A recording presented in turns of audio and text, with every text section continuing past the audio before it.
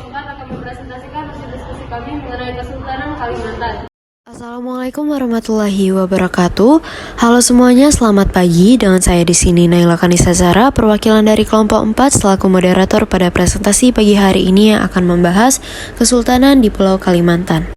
Sebelum memulai presentasi pada pagi hari ini, saya izin memberitahukan terlebih dahulu, materi pada PowerPoint ini dibuat oleh kelompok 4 yang berisikan Debbie Haifa Putri, Naila Kanisa Zara, Dewita Agustin, Naura Faira Nandita, Muhammad Fajri Ramadan, dan Muhammad Gofran Robani. Oke, sebelumnya ada yang tahu nggak sih kalau perkembangan Islam di Indonesia itu tentunya tak luput dari peranan adanya kerajaan Islam yang pernah berdaulat di Indonesia, termasuk kerajaan-kerajaan Islam di Kalimantan ini. Lalu, apa saja kerajaan bercorak Islam yang pernah berdaulat di Kalimantan?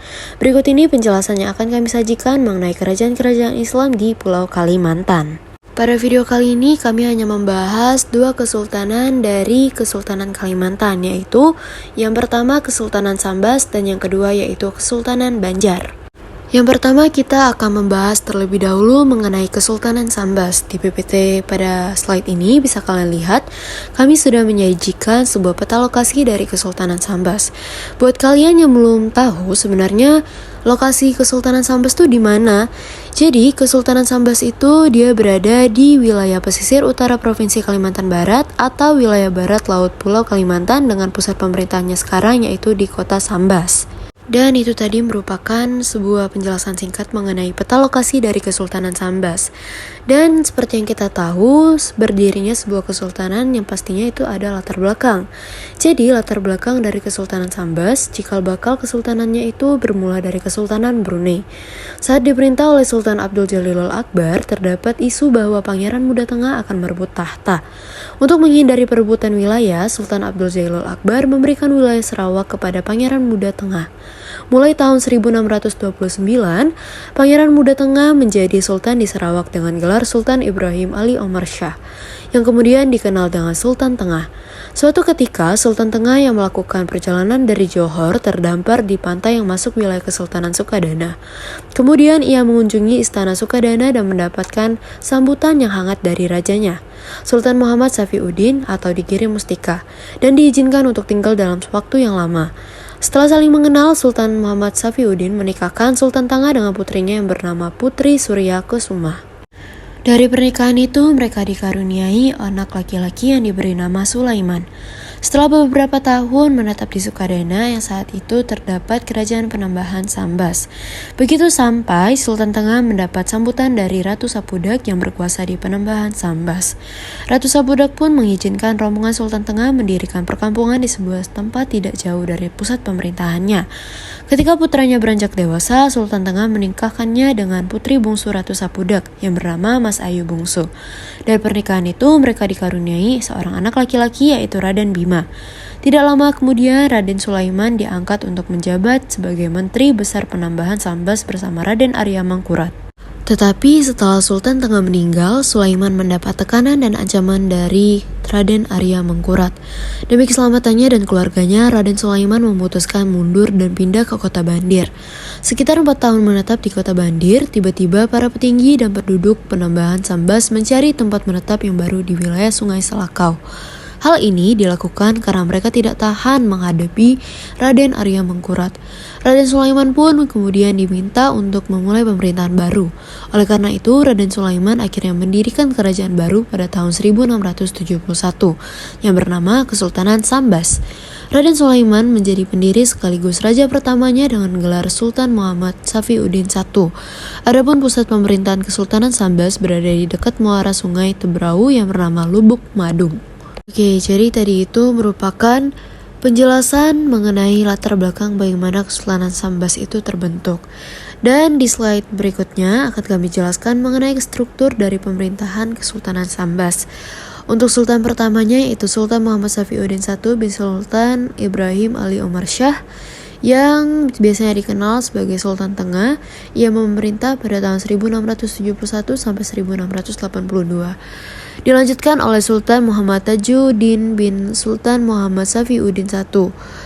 Itu dia memerintah pada tahun 1682 sampai 1718. Dan yang ketiga yaitu Sultan Umar Akamadin 1. Bin Sultan Muhammad Tajuddin, memerintah pada tahun 1718 sampai dengan 1732. Oke, mungkin untuk struktur pemerintahan Kesultanan Sambas itu cukup banyak. Bisa kalian baca sendiri di PPT pada slide ini. Lalu kita akan melanjutkan pada topik pembahasan selanjutnya. Topik ini kita akan membahas mengenai proses Islami Kesultanan Sambas. Jadi dalam historiografi Melayu Sambas yang mencatat bagaimana Islam masuk dan berpengaruh dalam masyarakatnya adalah melalui naskah silsilah Raja-Raja Sambas.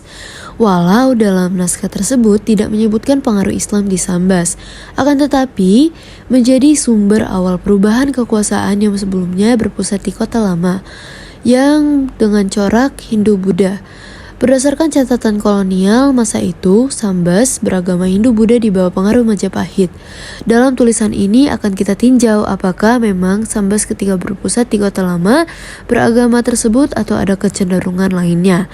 Paparnya berpindah ke Lubuk Madung atau Muarek Ulakan atau lokasi istana Atwazikubillah sekarang, yang bercorak Islam dengan ciri penyebutan rajanya yang bernama Sultan untuk sebelumnya bergelar Ratu.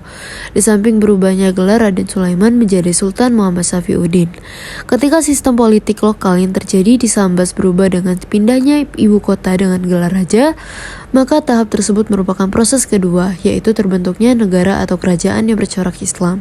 Perlu juga dijelaskan bahwa terbentuknya Kesultanan Islam Sambas itu bukan merupakan proses awal Islamisasi di Sambas, namun bisa menunjukkan bahwa jumlah penduduk Muslim sudah banyak dan kuat, bahwa si Islam ini telah diterima oleh elit-elit istana.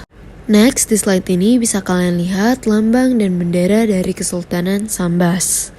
Dan pastinya setiap adanya sejarah yang berlangsung, maupun itu kerajaan ataupun kesultanan, pasti terdapat peninggalan. Untuk peninggalan Kesultanan Sambas itu terdiri dari yang pertama Masjid Jami Kesultanan Sambas, yang kedua Istana Al-Watsikubillah, yang ketiga makam-makam Sultan Sambas, yang keempat alat-alat kebesaran kerajaan yang terdiri dari tempat tidur Sultan terakhir, kaca hias, seperangkat alat untuk makan siri, pakaian kebesaran Sultan, payung ubur-ubur, tombak cangga, 3 buah meriam kanan, 2 buah meriam lele, 2 buah tempayan keramik dari Tiongkok, 4 buah kaca cermin besar dari kerajaan Prancis, 2 buah kaca cermin besar dari Belanda, dan sebagian besar barang-barang peninggalan Kesultanan Sambas lainnya itu telah hilang atau terjual oleh oknum tertentu.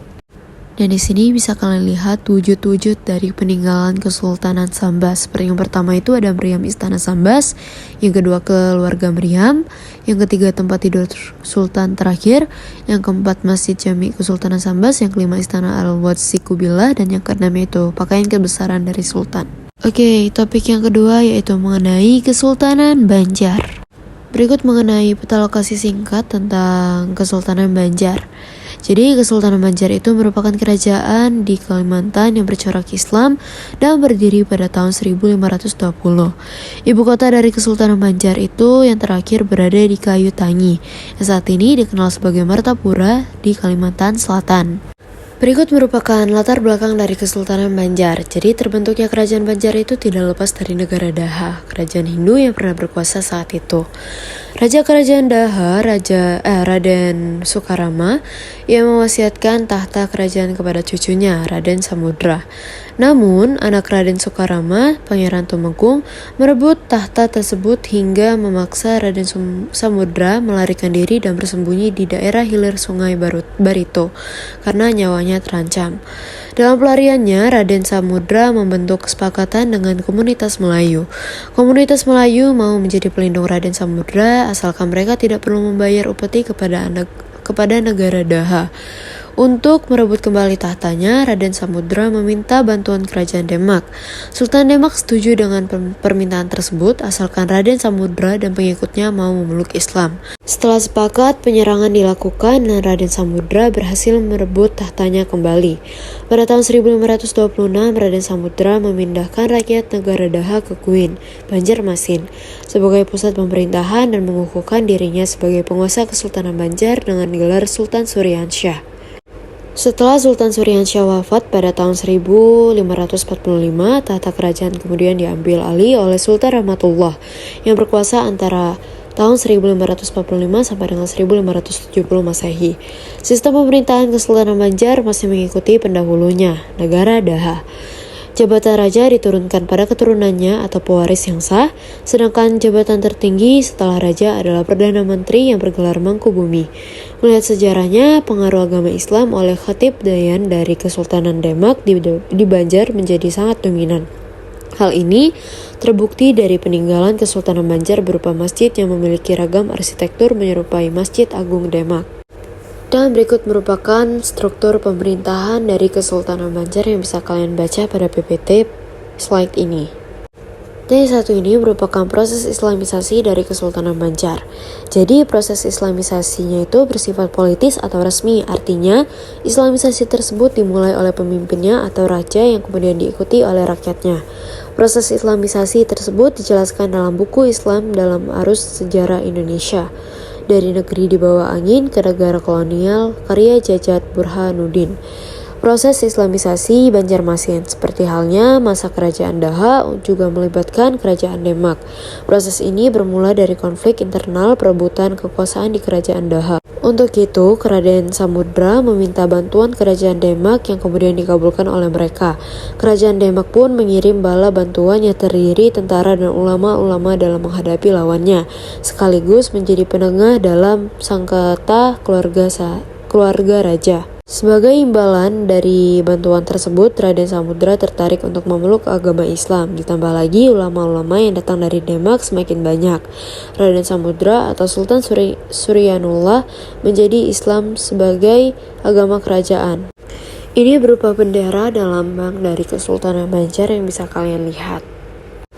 Next, untuk peninggalan dari Kesultanan Banjar itu berupa yang pertama Candi Agung Amuntai, yang kedua Masjid Sultan Suryansyah, yang ketiga Makam Sultan Sulaiman, yang keempat Makam Sultan Suryansyah, yang kelima Makam Sultan Mustaqim Billah, yang keenam yaitu Makam Sultan Inayatullah, yang ketujuh yaitu Masjid Al-Karomah, yang kedelapan Makam Syekh Muhammad Arsyad Al-Banjari, yang kedelapan itu kitab Silal Muhtadin, dan yang kesembilan yaitu senjata perkakas kerajaan.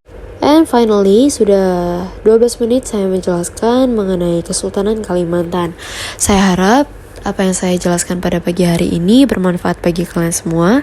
Saya meminta maaf jika ada salah kata dan perbuatan. Kepada Tuhan saya mohon ampun. Sekian dari saya. Wassalamualaikum warahmatullahi wabarakatuh. Terima kasih.